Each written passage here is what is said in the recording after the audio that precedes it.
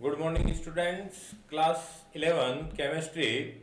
मैं जुगल किशोर शर्मा आपके श्री करणी एकेडमी के अंदर आपका हार्दिक स्वागत करता हूं। आज अपने क्लास 11 के अंदर इसके पिछले वीडियो के अंदर अपन ने हाइड्रोजन स्टार्ट किया था, जिसके अंतर्गत अपन ने हाइड्रोजन की बेसिक जानकारी आपको बताई थी और आवर्त सारणी में जो हाइड्रोजन की स्थिति थी उसके बारे में अपनी चर्चा चल रही थी। ठीक है, जिसके अंदर मैं थोड़ा सा आपके एक पीछे लेते हुए बता देता हूं कि अपने पास दो क्वेश्चन थे मेन आपके। वो दो क्वेश्चन क्या थे भाई आपके, आपने जैसा कि पढ़ा होगा। पहला क्वेश्चन था आपके हाइड्रोजन को किसमें, हाइड्रोजन को आपके प्रथम आवर्त के प्रथम वर्ग में क्षारीय धातुओं के साथ रखने का क्या पढ़ रहे थे अपन लोग, औचित्य पढ़ रहे थे। ठीक है, ये क्वेश्चन कल अपनी क्लास के अंदर क्या हो गया था बेटे, कंप्लीट हो गया था। सेकंड क्वेश्चन जो अपने पास कल की क्लास के अंदर चल रहा था वो था आपके हाइड्रोजन का, आपके हाइड्रोजन को क्या है आपके प्रथम आवर्त के कौन से 70वें वर्ग में, कौन से वर्ग में, 70वें वर्ग में किसके साथ में, हेलोजन के साथ में आपके रखने का क्या है, औचित्य। और क्या पढ़ रहे थे अपन लोग, अनौचित्य पढ़ रहे थे। ये क्वेश्चन अपने पास कल चल रहा था। इस क्वेश्चन के अंदर आपके दो चीजें थी भाई, एक तो थी समानताएं, एक तो क्या थी आपके समानताएं, जिसमें मैंने आपको 6-7 समानताएं बता दी थी। आज की पीरियड के अंदर, आज की क्लास के अंदर जो है वो मेन अपने को क्या पढ़नी है, असमानताएं आपके पढ़नी है। क्या पढ़नी है, असमानताएं।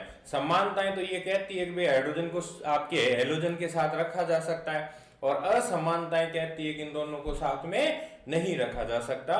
तो देखिए असमानताओं के अंदर आपके पहली असमानता जो है वो है आपके, देखो हेलोजन जो होती है ना ये आसानी से हेलाइड बना सकती है, ठीक है ना, जबकि हाइड्रोजन जो होती है ये केवल क्षारीय धातुओं के साथ क्या बना सकती है, हेलाइड आपके बना सकती है। ठीक है ना, हाइड्रोजन क्या बना सकती है, क्षारीय धातुओं के साथ हेलाइड बना सकती है, जबकि हेलोजन क्या होती है आपके, आसानी से क्या है, हेलाइड आपके बना सकती है। ठीक है ना, तो ये पहली क्या होती है असमानता, हेलाइड जैसे एक्स माइनस वगैरह है आपकी, ये क्या है, हेलाइड बन सकते हैं। तो ये पहली क्या होती है, असमानता आपके होती है। इसी तरह से देखिए नेक्स्ट असमानता क्या मिलेगी कि हेलोजन के जो ऑक्साइड होते हैं जैसे Cl2O7, ठीक है, हेलोजन के जो ऑक्साइड होते हैं ना बेटे ये क्या होते हैं, अम्लीय प्रकृति के होते हैं। कैसी प्रकृति के होते हैं, अम्लीय प्रकृति के होते हैं। जबकि हाइड्रोजन का जो ऑक्साइड है वो क्या होता है, H2O जो है वो कैसी प्रकृति का होता है, उदासीन प्रकृति का होता है। ठीक है ना, तो हेलोजन के जो ऑक्साइड हैं वो तो क्या होते हैं आपके अम्लीय प्रकृति के, ठीक है, जबकि हाइड्रोजन के ऑक्साइड, ठीक है ना, किसके, हाइड्रोजन के जो ऑक्साइड हैं वो कैसी प्रकृति के होते हैं, उदासीन प्रकृति के होते हैं। आपको जानकारी के लिए बता देता हूं, आपको जानकारी के लिए बता देता हूं कि जो आपके हाइड्रोजन के जो ऑक्साइड हैं वो दो होते हैं। एक तो होता है आपके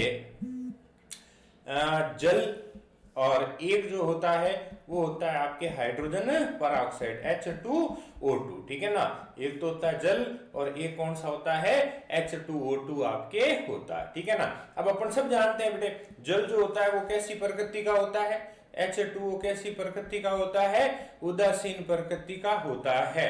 अपन ये भी जानते हैं इसका जो पीएच होता है वो कितना होता है, 7 होता है। जल यानी शुद्ध जल का पीएच हो, ध्यान रखना, शुद्ध जल का जो पीएच है वो कितना होता है, 7 होता है। इसीलिए कैसी प्रकृति का होता है, उदासीन प्रकृति का आपके होता है। क्लियर, तो हाइड्रोजन के जो ऑक्साइड है वो कैसी प्रकृति के, अम्लीय, और हाइड्रोजन के जो ऑक्साइड है वो कैसी प्रकृति के होते हैं, उदासीन प्रकृति के होते हैं। कितनी असमानता हो गई भाई, ये आपकी दूसरी असमानता हो जाती है। उसके बाद तीसरी असमानता की बात करते हैं अपन लोग। देखिए हाइड्रोजन की जो ऑक्सीकरण अवस्था है वो -1 भी हो सकती है, क्या हो सकती है, +1 भी हो सकती है, यानी एक इलेक्ट्रॉन त्याग भी सकता है, एक ग्रहण भी कर सकता है। जबकि हेलोजन की जो ऑक्सीकरण अवस्था होती है ना, ये परिवर्तनशील ऑक्सीकरण अवस्था दर्शाता है भाई, इसकी जो ऑक्सीकरण अवस्था है वो -1 से लगाकर +7 तक हो सकती है। -1 भी हो सकती है और +7 तक इसकी ऑक्सीडेशन स्टेट हो सकती है। तो ये हो जाता है इसके ऑक्सीकरण अवस्था का मैटर, ठीक है ना। तो कितनी असमानताएं हो गई? 3 असमानताएं आपके हो जाती है। ये असमानताएं कहती है कि हाइड्रोजन और हेलोजन दोनों को साथ में नहीं रखा जा सकता, ठीक है ना। हाइड्रोजन और हेलोजन दोनों को क्या है आपके साथ में नहीं रखा जा सकता, ठीक है। तो ये आपके 2 क्वेश्चन आपके कंप्लीट हो जाते हैं। पहला कौन सा हो गया था? क्षारीय धातुओं के साथ समानता और असमानता, और दूसरा हो जाता है हेलोजन के साथ समानता और असमानता आपके होती है, ठीक है ना। अब अगर देखो चाहे ना आपकी बुक के हिसाब से तो इतना ही है, लेकिन एक और बात बता देता हूं कि हाइड्रोजन को कार्बन के साथ 14वें वर्ग में, याद रखना इस बात को, हाइड्रोजन को किसके साथ में? कार्बन के साथ में 14वें वर्ग में रखने का औचित्य और क्या है आपके अनुचित्य भी बताया जा सकता है, ठीक है। एक एक बात बता देता हूं। देखिए कार्बन जो होता है ना आपके, पहले समानता बता देता हूं। जैसे कार्बन जो होता है अपन सब जानते हैं इसके संयोजी कोष में 4 इलेक्ट्रॉन होते हैं और अपने कोष को संतृप्त करने के लिए 4 इलेक्ट्रॉन और चाहिए, ठीक है ना। कार्बन के संयोजी कोष में 4 इलेक्ट्रॉन होते हैं, संयोजी कोष को संतृप्त करने के लिए 4 चाहिए, यानी आधे है, आधे की जरूरत है, ठीक है। कार्बन के संयोजी कोष में 4 इलेक्ट्रॉन है, 4 और चाहिए अष्टक पूरा करने के लिए। इसी तरह से आपको मैं बताऊं हाइड्रोजन की यदि बात करें, किसकी बात करें? हाइड्रोजन की यदि बात करें तो अपन सब जानते हैं हाइड्रोजन के संयोजी कोष में कितना होता है भाई? हाइड्रोजन के संयोजी कोष में कितना होता है? 1। ये आपके हाइड्रोजन के संयोजी कोष में 1 होता है, और अपनी उत्कृष्ट गैस जैसा विन्यास पाने के लिए इसको क्या चाहिए? 1 और चाहिए। यानी इसमें भी कह सकते हैं आधे इलेक्ट्रॉन है और आधे की आवश्यकता है। इसमें भी कार्बन में भी आधे हैं, आधे की जरूरत है। हाइड्रोजन में भी आधे हैं, आधे की क्या होती है भाई? जरूरत होती है। तो ये तो होती है क्या है आपके समानता। और अब एक आपको बताता हूं असमानता। क्या बताता हूं? असमानता। देखिए कार्बन जो होता है ये ठोस अवस्था में होता है। कार्बन कौन सी अवस्था में है? ठोस अवस्था में है।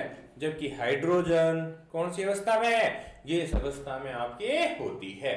तो ये भी अपन एक तीसरा क्वेश्चन बना सकते हैं कि हाइड्रोजन को आपके कार्बन के साथ कौन से 14वें वर्ग में रखने का औचित्य और अनुचित्य, एक समानता और एक क्या बताइए आपको असमानता। समानता में संयोजी कोष को संतृप्त करने के लिए आधे इलेक्ट्रॉन होते हैं, आधे की दोनों को जरूरत होती है। असमानता क्या है? कार्बन बेटे ठोस अवस्था में होता है, जबकि हाइड्रोजन कौन सी है? गैस अवस्था में आपके होती है। तो इस तरह से हाइड्रोजन का जो आवर्त सारणी में जो विवादास्पद स्थिति थी उसको अपन ने पूरा कर लिया। तीनों जो बातें थी वो क्या है आपने पूरी कर ली, ठीक है भाई। इसके बाद नेक्स्ट जो चीज बताने जा रहा हूं आपके, वो बता रहा हूं आपके कि असमानताओं के अंदर आपके जैसे यही बता ही दिया था आपके 1 इलेक्ट्रॉन और इसमें कितने संयोजी कोष में 7 इलेक्ट्रॉन हो सकते हैं, ठीक है ना। एक असमानता और बता रहा हूं आपके, किसकी? हेलोजन के साथ, कि हाइड्रोजन के पास असहभाजित इलेक्ट्रॉन युग्म नहीं होता, जबकि हेलोजन के पास कितने होते हैं आपके? 3 असहभाजित इलेक्ट्रॉन युग्म हो सकते हैं। तो इस तरह से आपके टोटल 4-5 असमानताएं आपके हो जाती है, ठीक है ना भाई। उसके बाद अपन नेक्स्ट यदि बात करें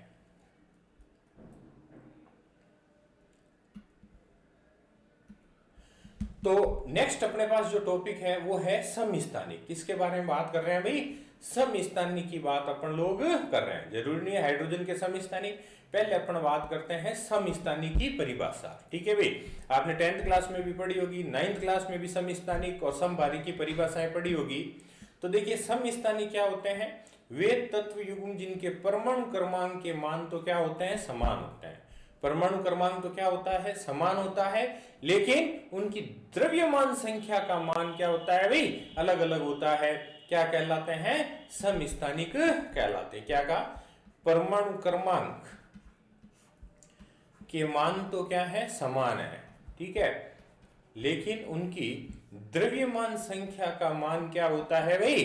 अलग अलग आपके होता है। तो वो क्या कहलाते हैं? समस्थानिक आपके कहलाते हैं। परमाणु क्रमांक का मान समान, द्रव्यमान संख्या अलग अलग, क्या कहलाते हैं? समस्थानिक कहलाते हैं। देखो आपको एक बहुत पुरानी जानकारी बता देता हूं। जब लगभग 108 तत्व आवर्त सारणी में थे ना भाई आपके, अभी तो 118 के आसपास की बातें चल रही है, 108 तत्व थे ना, उस समय लगभग इन तत्वों के आपके 2000 समस्थानिक थे। कितने थे? 2000 के आसपास समस्थानिक थे, जिसमें से 280 समस्थानिक लगभग बता रहा हूं आपके क्या होते हैं, स्थायी आपके होते हैं। ठीक है ना। तो अपने तो यही ध्यान रखना है कि परमाणु क्रमांक के मान क्या होते हैं आपके, समान होते हैं। द्रव्यमान संख्या के मान क्या होते हैं आपके, अलग अलग आपके होते हैं। अब अपने पास बात करते हैं भाई हाइड्रोजन के समस्थानिक। तो आपको जानकारी के लिए बता दूं, हाइड्रोजन के कितने समस्थानिक होते हैं? 3 समस्थानिक हाइड्रोजन के होते हैं। वो कौन कौन से हैं? सबसे पहला समस्थानिक होता है प्रोटियम। कौन सा होता है? प्रोटियम, या जिसे अपन लोग हाइड्रोजन भी कहते हैं। हाइड्रोजन का जो पहला समस्थानिक है वो कौन सा है? प्रोटियम है। और प्रोटियम का कल मतलब बताया था, पहला स्थान। ठीक है ना। दूसरा समस्थानिक कौन सा होता है? ड्यूटेरियम होता है। ठीक है ना। इसको आप D12 से भी रिप्रेजेंट कर सकते हैं। तीसरा समस्थानिक होता है टाइट्रियम, जिसको आप T13 से भी रिप्रेजेंट कर सकते हैं। तो हाइड्रोजन के कितने समस्थानिक हो गए बेटे? 3। प्रोटियम, ड्यूटेरियम और आपके टाइट्रियम। प्रोटियम, ड्यूटेरियम और कौन सा? टाइट्रियम। ये 3 समस्थानिक हाइड्रोजन के होते हैं। ठीक है। अब देखिए कुछ और जानकारी इनके बारे में आपको बताते हैं। जैसे प्रोटियम का जो प्रतीक होता है ना, वो क्या होता है? H11 होता है। ड्यूटेरियम का भी मैंने आपको बताया था D12 होता है। और टाइट्रियम का T1 क्या होता है? 3। या इनको H11, H12 और H13 से भी रिप्रेजेंट कर सकते हैं। अब देखो मैंने कहा ना, इनके परमाणु क्रमांक समान। परमाणु क्रमांक इसका भी 1, इसका भी 1 और इसका भी क्या है आपका 1। तीनों के परमाणु क्रमांक समान हो गए। द्रव्यमान संख्या हमेशा याद रखना बेटे, तत्व में परमाणु क्रमांक जो होता है ना वो नीचे लिखा हुआ रहता है। कोई भी प्रतीक लिखते हैं ना, उसमें परमाणु क्रमांक को कहां पर लिखता है? नीचे की तरफ लिखते हैं। और द्रव्यमान संख्या जो लिखी हुई होती है ना, वो ऊपर लिखी हुई होती है। द्रव्यमान संख्या कहां पर लिखी हुई रहती है? ऊपर की तरफ आपके लिखी हुई रहती है। तो देखो इससे यहां से पता कर सकते हैं परमाणु क्रमांक कितना हो गया? 1, 1 और 1। ठीक है। द्रव्यमान संख्या 1, ये आपकी 1। इसकी द्रव्यमान संख्या 2, ये 2। और इसकी द्रव्यमान संख्या ये कितनी हो गई? 3। ठीक है ना भाई। तो ये द्रव्यमान संख्या तीनों की क्या हो गई? अलग अलग। ठीक है। परमाणु क्रमांक सेम, द्रव्यमान संख्या अलग अलग, इसीलिए एक दूसरे के क्या है भाई? समस्थानिक आपके होते हैं। ठीक है। अब देखो आगे क्या टॉपिक दिया हुआ? प्रोटॉन, इलेक्ट्रॉन और न्यूट्रॉन। हमेशा आज ही एक बात ध्यान रख लेना, किसी भी तत्व का जितना परमाणु क्रमांक होता है, किसी भी तत्व का जितना परमाणु क्रमांक होता है, उतनी ही उसमें क्या होती है? प्रोटॉन की संख्या होती है। उतनी ही उसमें क्या होती है? प्रोटॉन की संख्या होती है। और आपको बता दूं, जितनी प्रोटॉन की संख्या होती है उतनी ही क्या होती है? इलेक्ट्रॉन की संख्या भी होती है। तीनों बातें हमेशा ध्यान रखना। किसी भी तत्व का जितना परमाणु क्रमांक है उतनी उसमें प्रोटॉन की संख्या, जितनी प्रोटॉन की संख्या है उतनी उसमें इलेक्ट्रॉन की संख्या। तो अब देखो परमाणु क्रमांक कितना था? 1, 1, 1 था। तो प्रोटॉन भी क्या आ जाएगा? 1, 1 और 1 आ जाएगा। इलेक्ट्रॉन भी क्या आ जाएगा? 1, 1 और ये क्या आ जाएगा? 1, 1 आपके आ जाता है। ठीक है ना। हाँ, तो द्रव्यमान आ गया, प्रोटॉन आ गया, इलेक्ट्रॉन। अब न्यूट्रॉन। ठीक है। ये आपके फॉर्मूले से निकालना पड़ता है। न्यूट्रॉन की संख्या फॉर्मूले से, देखो फॉर्मूला भी लिख रखा है मैंने, n = a-z, है ना। न्यूट्रॉन का फॉर्मूला क्या बना भाई? न्यूट्रॉन की संख्या बराबर द्रव्यमान संख्या। एक इस रिप्रेजेंट करता है द्रव्यमान संख्या माइनस प्रोटॉन की संख्या कह सकते हो। ये द्रव्यमान संख्या माइनस प्रोटॉन की संख्या, या परमाणु क्रमांक एक ही चीज होती है, क्योंकि इनके मान क्या होते हैं? आपके एक ही होते हैं। जैसे हाइड्रोजन में प्रोटॉन की संख्या निकाल, न्यूट्रॉन की संख्या निकालनी है, तो क्या आ जाएगा भाई? 1 - 1 0। ये क्या आ जाएगा? 2 - 1 1। और ये क्या आ जाएगा? 3 - 1, तो क्या आ जाएगा? 2। ठीक है ना।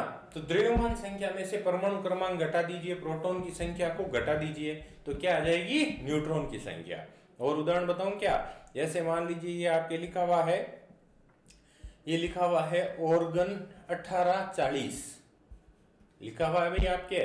तो परमाणु क्रमांक कितना हो गया इसके अंदर? 18। द्रव्यमान संख्या कितनी हो गई? 40।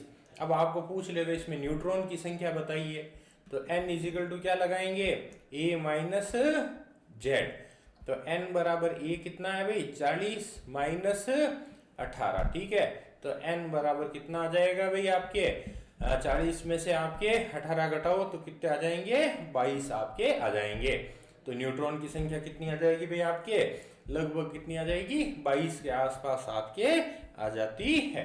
तो ये जरूर याद रखना, न्यूट्रॉन की संख्या कैसे ज्ञात करते हैं, n equal to a minus z. उसके बाद देखो प्रकृति में इनकी उपलब्धता की बात करते हैं, किसकी बात करते हैं, इनकी उपलब्धता की यदि अपन लोग बात करें तो प्रोटियम कितना है, लगभग 99.98% है। ड्यूटीरियम जो है भाई साहब वो 0.0016% है। और टाइट्रियम जो एक रेडियो एक्टिव तत्व है वो 10 की घात -15% होता है, ठीक है ना, 10⁻⁻15%। देखो ये बहुत बार क्वेश्चन पूछा हुआ है कि हाइड्रोजन के उस समस्थानिक का नाम बताइए जो रेडियो एक्टिव है, तो जवाब क्या होगा आपका, टाइट्रियम।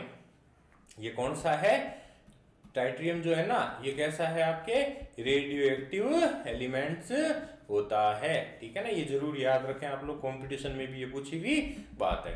तो ये हाइड्रोजन के क्या हो गए भाई, 3 समस्थानिक हो जाते हैं, कौन कौन से, प्रोटियम हो गया, ड्यूटीरियम हो गया, और कौन सा, टाइट्रियम आपके हो जाता है। और विशेष बात इसमें जो इंपॉर्टेंट पॉइंट है ना, वो ये याद रखना अभी न्यूट्रॉन वाला, ठीक है ना, n equal to a minus z, ठीक है भाई। तो ये होता है आपके किसके संबंध में, हाइड्रोजन के समस्थानिकों के संबंध में, ठीक है। नेक्स्ट बात आपको बताता हूं, इसी तरह से आपको ये जो हाइड्रोजन का, जैसा कि अभी मैंने कहा था, जो समस्थानिक ड्यूटीरियम है ना भाई, इसका उपयोग भारी जल बनाने में करते हैं, किस में करते हैं, आपके भारी जल बनाने में करते हैं। हाइड्रोजन का जो दूसरा समस्थानिक ड्यूटीरियम है ना, जो भी आपको मैंने बताया था D12, इसका उपयोग किस में करते हैं, भारी जल बनाने में। ये भी बहुत बार पूछी हुई बात है भाई, भारी जल का अणुसूत्र क्या होता है, तो भारी जल का जो अणुसूत्र है वो क्या होता है बेटे, D2 होता है, ड्यूटीरियम ऑक्साइड। क्या पढ़ते हैं इसे, ड्यूटीरियम ऑक्साइड अपन लोग पढ़ते हैं, ठीक है ना। तो भारी जल का जो अणुसूत्र है वो क्या है, ड्यूटीरियम ऑक्साइड आपके होता है। वैसे तो इस चैप्टर के अंत में आपके ये भारी जल दिया हुआ है, लेकिन इस बार आपके सिलेबस से थोड़ा इसको हटा दिया गया है, तो फिर भी ध्यान रखें आप लोग, भारी जल ड्यूटीरियम ऑक्साइड आपके होता है।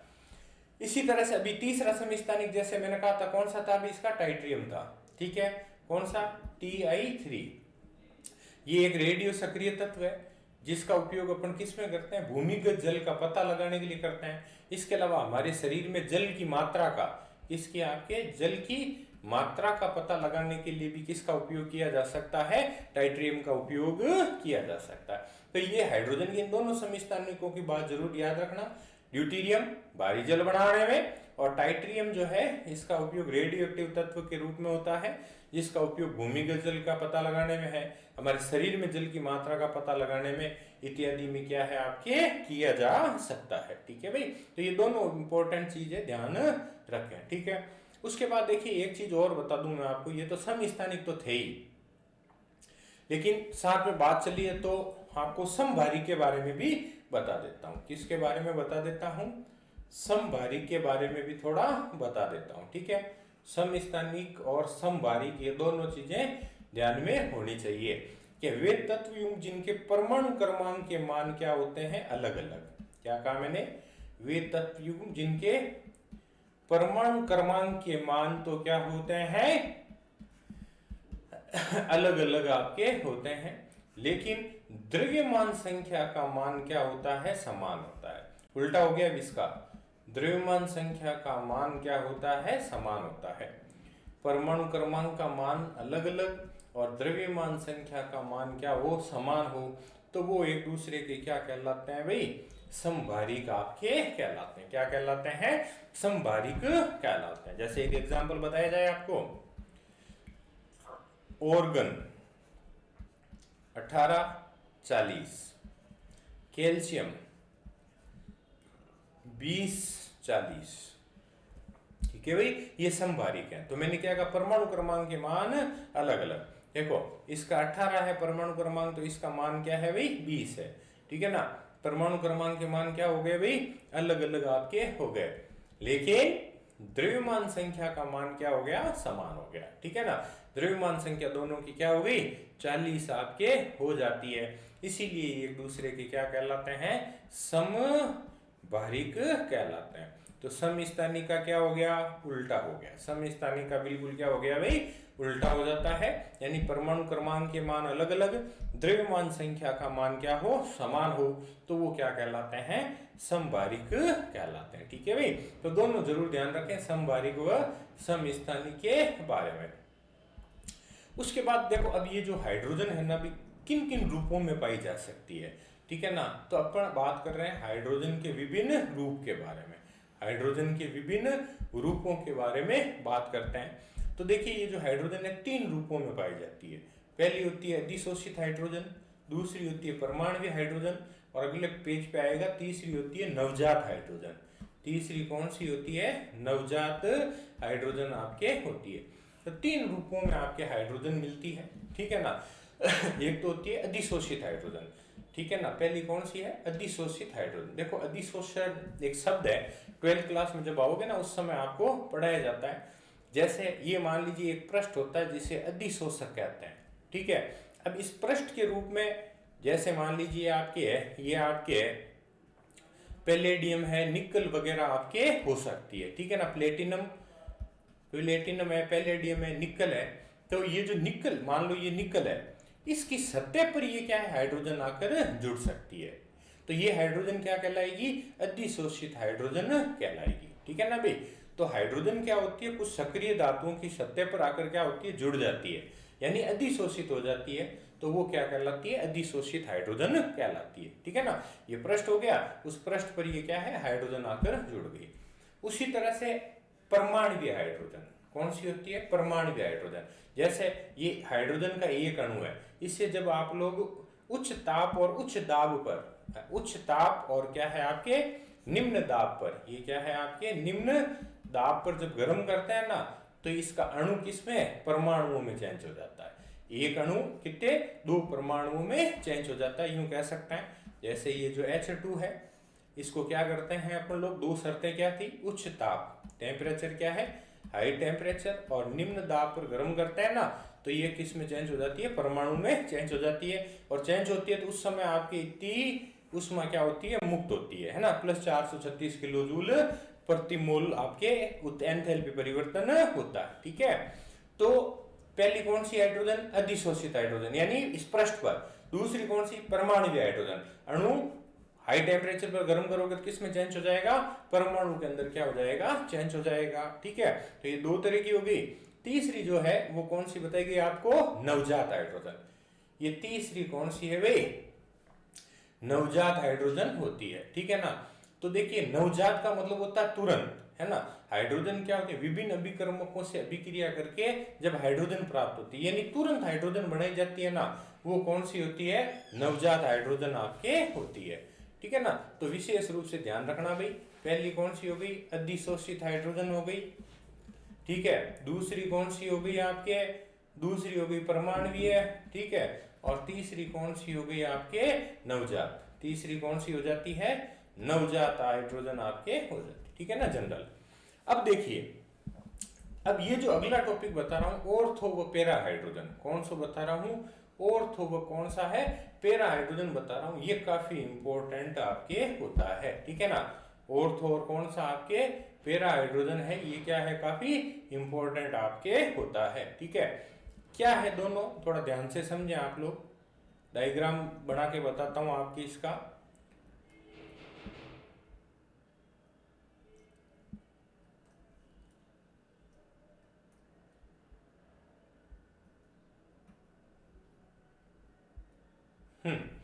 Ortho para hydrogen. तो सबसे पहले बात किसकी करते हैं, ऑर्थो हाइड्रोजन की अपन बात करते हैं। अब देखिए, बार बार कह रहे हैं अपन लोग, हाइड्रोजन के एक अणु में कितने परमाणु होते हैं, 2 परमाणु होते हैं, यानी इसकी परमाणुता कितनी हो गई, 2 आपके हो जाती है, ठीक है ना।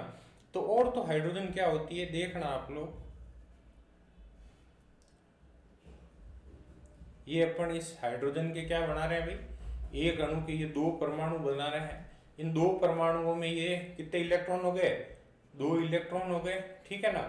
तो हाइड्रोजन, अब मेरी बात को ध्यान से सुनना, एक अणु में कितने, 2 परमाणु होते हैं। इन दोनों परमाणु में प्रोटॉन या इलेक्ट्रॉन का चक्रण, या प्रोटॉन या यूं कह सकते हैं इनके नाभिक का चक्रण यदि आपके क्या हो, एक ही दिशा में हो, क्या हो आपके, यदि एक ही दिशा में हो, दोनों नाभिकों का जो चक्रण है वो क्या है आपके एक ही दिशा के अंदर हो,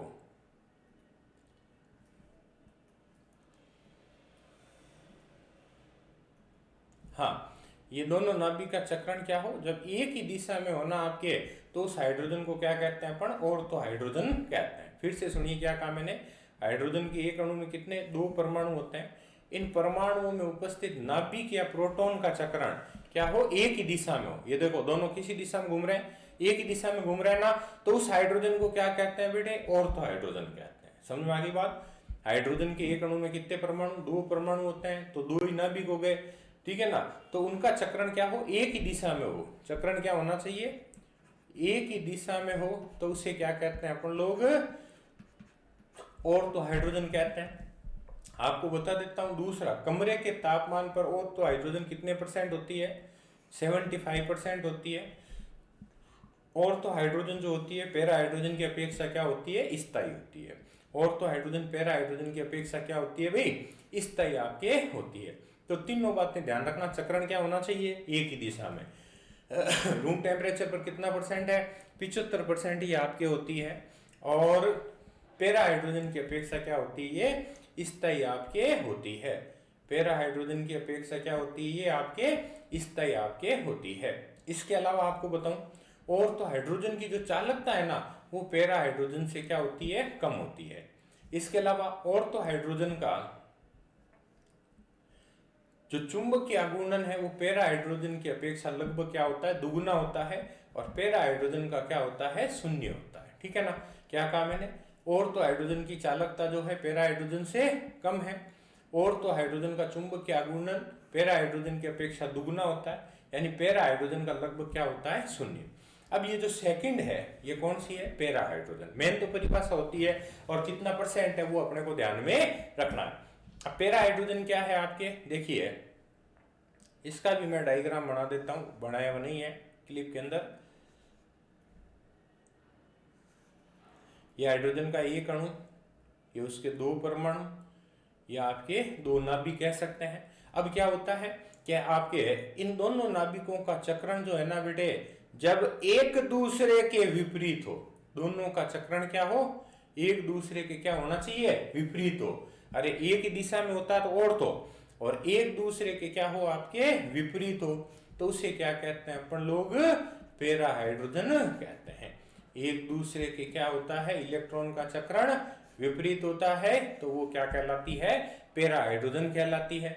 रूम टेम्परेचर पर कितने %, 25% पैरा हाइड्रोजन होती है। और तो हाइड्रोजन कितने थी, 75%। और तो हाइड्रोजन कितनी थी आपके, तो 75% होती है। और पैरा हाइड्रोजन अपनी क्या होती है बेटे, 25% आपके होती है। ठीक है ना, तो ये होती है और तो और पैरा। मैं तो कह रहा हूं ज्यादा नहीं, 2 बार जरूर ध्यान रख लेना।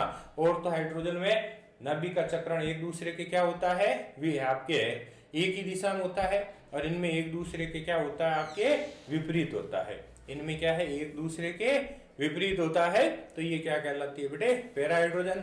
और तो कितना %, 75%। पैरा कितनी होती है, 25% के आसपास आपके होती है। ठीक है ना, तो ये होती है और तो हाइड्रोजन और पैरा हाइड्रोजन अपने होती है। ठीक है, अब देखिए अगला जो टॉपिक है अपने पास में, वो है आपके हाइड्रोजन बनाने की विधियां। क्या है आपके, हाइड्रोजन बनाने की विधियां, यानी हाइड्रोजन को कैसे कैसे बनाया जा सकता है, वो विधि मैं आपको बताऊंगा।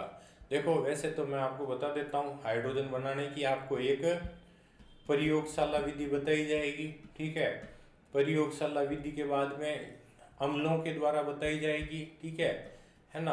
अम्लों के अलावा जैसे मान लीजिए तीसरी आपको बता देता हूँ, जल के द्वारा बताई जाएगी। इसके अलावा आपके इसका औद्योगिक उत्पादन बताया जाएगा। क्या बताया जाएगा, औद्योगिक उत्पादन आपके बताया जाएगा। समझ में आ गई बात आपके। 4 तरीके से आपके बताई जाती है, प्रयोगशाला विधि, अम्लों के द्वारा, जल के द्वारा और औद्योगिक उत्पादन आपके बताया जाता है। जो ज्यादातर पूछी जाती है वो कौन सी है बेटे? प्रयोगशाला विधि है, ठीक है ना। तो देखो प्रयोगशाला में हाइड्रोजन कैसे बनाते हैं, क्या विधि है? बहुत सरल तरीका होता है, लेकिन बनाना खतरनाक होता है। क्यों होता है? क्योंकि हाइड्रोजन क्या भाई एक ज्वलनशील गैस है। कैसी है? ज्वलनशील गैस आपके होती है। तो कैसे बनाते हैं देखो चित्र से थोड़ा समझने का प्रयास करते हैं। अपन क्या करते हैं, सबसे पहले एक 2 मुंह वाली बोतल लेते हैं। जैसे ये क्या है, 2 मुंह की बोतल ली आपने, जिसे अपन याद रखना वुल्फ बोतल कहते हैं। क्या कहते हैं? जिसे वुल्फ बोतल कहते हैं। एक 2 मुंह की क्या की आपने बोतल ले ली है, ठीक है भाई, जिसे क्या कहते हैं अपन लोग? वुल्फ बोतल कहते हैं। अब क्या करते हैं अपन, सबसे पहला काम क्या करते हैं, इस वुल्फ बोतल के अंदर थोड़ा दानेदार जस्ता ले लेते हैं। ये क्या ले लिया? दानेदार जस्ता ले लिया। अब क्या करना, इसके एक मुंह में ये लगा दिया अपन ने थिसेल की। क्या लगा दिया? थिसेल की। ये 2 मुंह की जो बोतल है, वुल्फ बोतल है, इसके एक मुंह में अपन ने क्या लगा दिया? थिसेल की लगा दिया। अब साथ में क्या करते हैं कि ये एक क्या करते हैं, एक द्रोणिका लेते हैं। क्या लेते हैं? एक द्रोणिका लेते हैं अपन लोग, ठीक है। इस द्रोणिका के अंदर ये क्या करते हैं, उल्टा गैस जार लगा देते हैं और इसमें क्या भर देते हैं? जल भर देते हैं।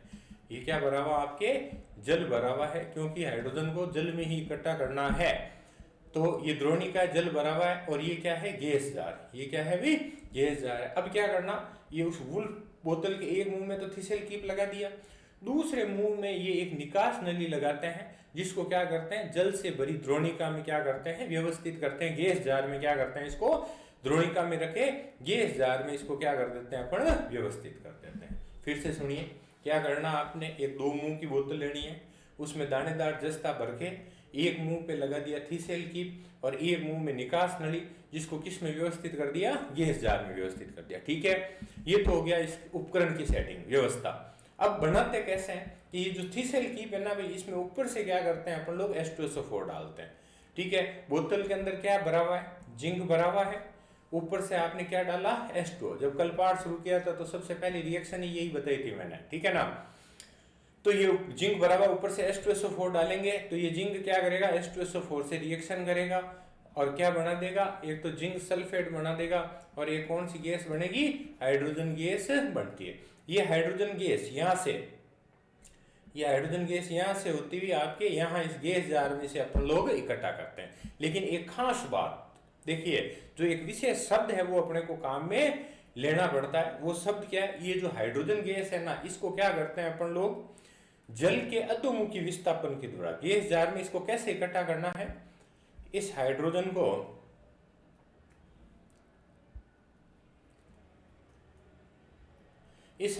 को क्या करते हैं अपन लोग?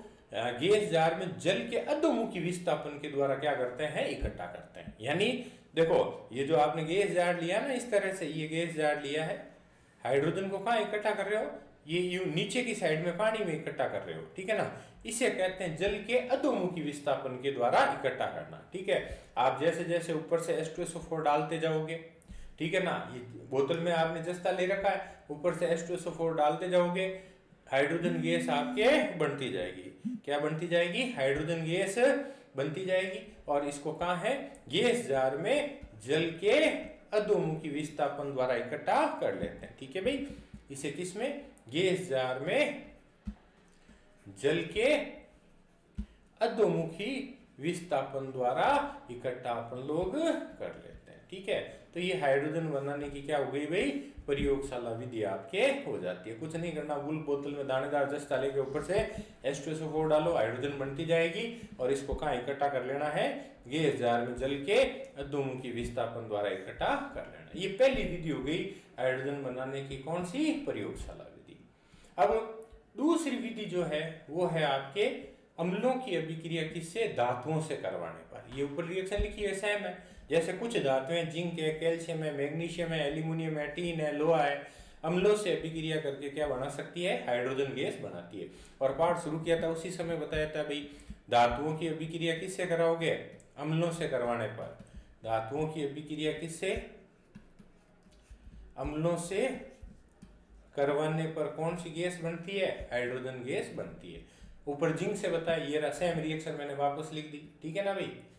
ये रही आपके जिंक और H2SO4 रिएक्शन करके जिंक सल्फेट हाइड्रोजन। ये ले लो कैल्शियम का, कैल्शियम आपके HCl से अम्ल चेंज कर दिया मैंने, पहले H2SO4 लिया था, अब HCl लिया है, कैल्शियम HCl से रिएक्शन करके कैल्शियम क्लोराइड और क्या बना देती है भाई, हाइड्रोजन गैस आपके बना देती है। ठीक है ना। एक और अगर दिमाग में बात आई, ये जो एरो लगा हुआ है ना ऊपर की तरफ लगा हुआ है, तो अपने को हाइड्रोजन प्राप्त हो रही है। और अगर कहीं पे एरो आपको इस तरह से नीचे लगा हुआ मिले ना, तो इसका मतलब ये है कि अपने को उस यौगिक के या जो भी कंपाउंड है उसका अवशेप प्राप्त हो रहा है। क्या प्राप्त हो रहा है, ये इसका मतलब तो हो रहा है रिलीज होना, मुक्त हो रही है। और इस एरो का मतलब होता है अपने को क्या प्राप्त होते हैं भाई, अवशेप प्राप्त होते हैं। तो हाइड्रोजन बनाने की कितनी विधि हो गई, 2।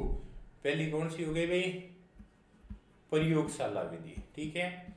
दूसरी कौन सी हो गई, अम्लों की अभिक्रिया किससे करवा के, धातुओं से करवा के क्या प्राप्त की जा सकती है, हाइड्रोजन प्राप्त की जा सकती है। क्या प्राप्त की जा सकती है, हाइड्रोजन प्राप्त की जा सकती है। इसी तरह से तीसरी जो रिएक्शन है अपने पास वो है आपकी धातुओं की अभिक्रिया किससे, क्षारों से करवाकर। किससे, अम्लों की बजाय क्या ले लीजिए, क्षार ले लीजिए, तो भी आपको क्या मिलेगी, हाइड्रोजन गैस ही मिलेगी।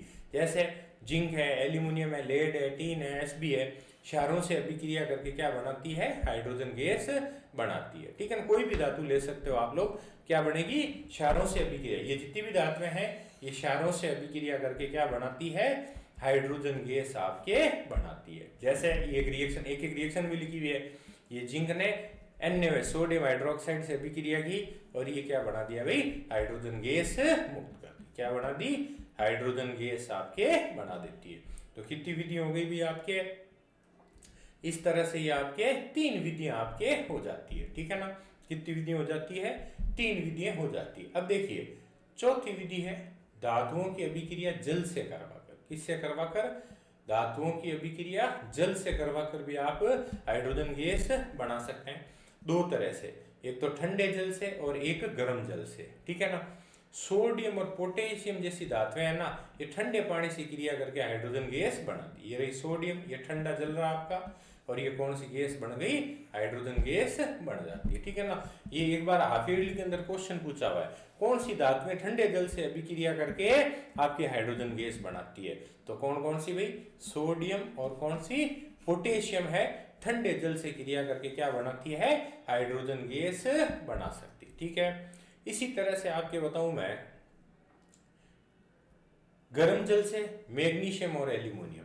गर्म जल से कौन सी, मैग्नीशियम और एल्यूमिनियम अभिक्रिया करके, जिंक अभिक्रिया करके क्या बनाती है, हाइड्रोजन गैस आपके बनाती है। कौन सी गैस बनाती है, हाइड्रोजन गैस। ठीक है। जैसे ये रहा मैग्नीशियम, ये रहा जल, और ये MgOH2 बनता है और ये गैस कौन सी बन जाती है, हाइड्रोजन गैस बन जाती है। ठीक है ना। कौन सी गैस बन जाती है, हाइड्रोजन गैस आपके बन जाती है। ठीक है ना भाई। बता सकते हो ये MgOH2 क्या बना हुआ है, मैग्नीशियम हाइड्रोक्साइड। जानकारी के लिए बता दूं, ये क्या बना हुआ आपका, मैग्नीशियम हाइड्रोक्साइड आपके बना हुआ है। ठीक है ना। याद रखना भाई, इसे मिल्क ऑफ मैग्नीशिया भी कहते हैं। क्या कहते हैं इसे, मिल्क ऑफ मैग्नीशिया भी अपन कहते हैं, जिसका उपयोग पेट की अम्लीयता को दूर करने में किया जाता है। ठीक है ना। मिल्क ऑफ मैग्नीशिया अपन लोग कहते हैं, काम क्या आता है, पेट की अम्लीयता को दूर करने में काम आता है। ठीक है ना। क्या बताया मैंने, वापस बता देता हूं, ये क्या है, मैग्नीशियम हाइड्रोक्साइड। ये क्या है आपका, मैग्नीशियम हाइड्रोक्साइड है। ठीक है ना। साधारण नाम क्या बताया, मिल्क ऑफ मैग्नीशिया। ठीक है ना। मिल्क ऑफ क्या कहलाता है भाई, ये मैग्नीशिया कहलाता है। ठीक है ना भाई। काम क्या आता है, पेट की अम्लीयता को दूर करने में इसका उपयोग किया जाता है। ठीक है। पेट की अम्लीयता को दूर करने में इसका उपयोग अपन लोग कर सकते हैं। ठीक है भाई। तो ये हो जाता है आपके हाइड्रोजन बनाने की विधियां। फिर से बोल रहा हूं, बार बार बोल रहा हूं। पहली विधि कौन सी थी, प्रयोगशाला विधि। दूसरी विधि किससे थी, धातुओं की क्रिया, या धातुओं से यूं कहते हैं आप लोग। धातुओं से मैं 2 बता दिया था, एक तो अम्लों से और एक किससे हो गई थी, क्षारों से। ठीक है ना। इसी तरह से तीसरी कौन सी चल रही थी, जल से। ठीक है ना। जल में भी क्या है, ठंडे जल से और किससे भाई, गर्म जल से। ठंडे जल से और किससे होती है, गर्म जल से। तो इस तरह से देखिए ये हाइड्रोजन बनाने की विभिन्न प्रकार की विधियां अपने पास में हो जाती है, ठीक है ना। अब देखिए अगली कालांश के अंदर जो बताऊंगा आपके, एक तो इसका निर्माण जल अपघटन के द्वारा बताऊंगा। किसके द्वारा, जल अपघटन के द्वारा बताऊंगा। और एक बताऊंगा औद्योगिक उत्पादन। क्या बताया जाएगा आपको, औद्योगिक उत्पादन, यानी फैक्ट्रियों वगैरह में हाइड्रोजन का निर्माण किस तरह से आपके किया जा सकता है, ठीक है ना। जल अपघटन के द्वारा और औद्योगिक उत्पादन आपके बताया जाएगा, ठीक है ना भाई। तो मैं थोड़ा सा रिकैप कर देता हूँ। देखो आज के कालांश के अंदर क्या क्या बताया आपको। आज के कालांश के अंदर सबसे पहले तो हाइड्रोजन के क्या बताए गए, आपके समस्थानिक बताए गए। क्या बताए गए, हाइड्रोजन के समस्थानिक के बारे में बात हुई। हाइड्रोजन के विभिन्न रूप के बारे में बात हुई। और तो हाइड्रोजन और क्या है, पैरा हाइड्रोजन के संबंध में अपन लोगों ने पढ़ा। और प्रिपरेशन ऑफ हाइड्रोजन अपन लोगों ने पढ़ी। तो बेटे जो बात आपको बताई गई है उसको अच्छी तरह से पढ़ें, है ना, ध्यान से उसको पढ़ें। इसके नोट्स वगैरह अच्छी तरह से आप लोग पढ़ें, ठीक है भाई। तो कल की कालांश के अंदर जो मैंने बताया ये नेक्स्ट बातें आपके होगी, ठीक है ना। अच्छी तरह से वीडियो को देखें, ठीक है ना भाई। आज की कालांश में इतना ही, धन्यवाद।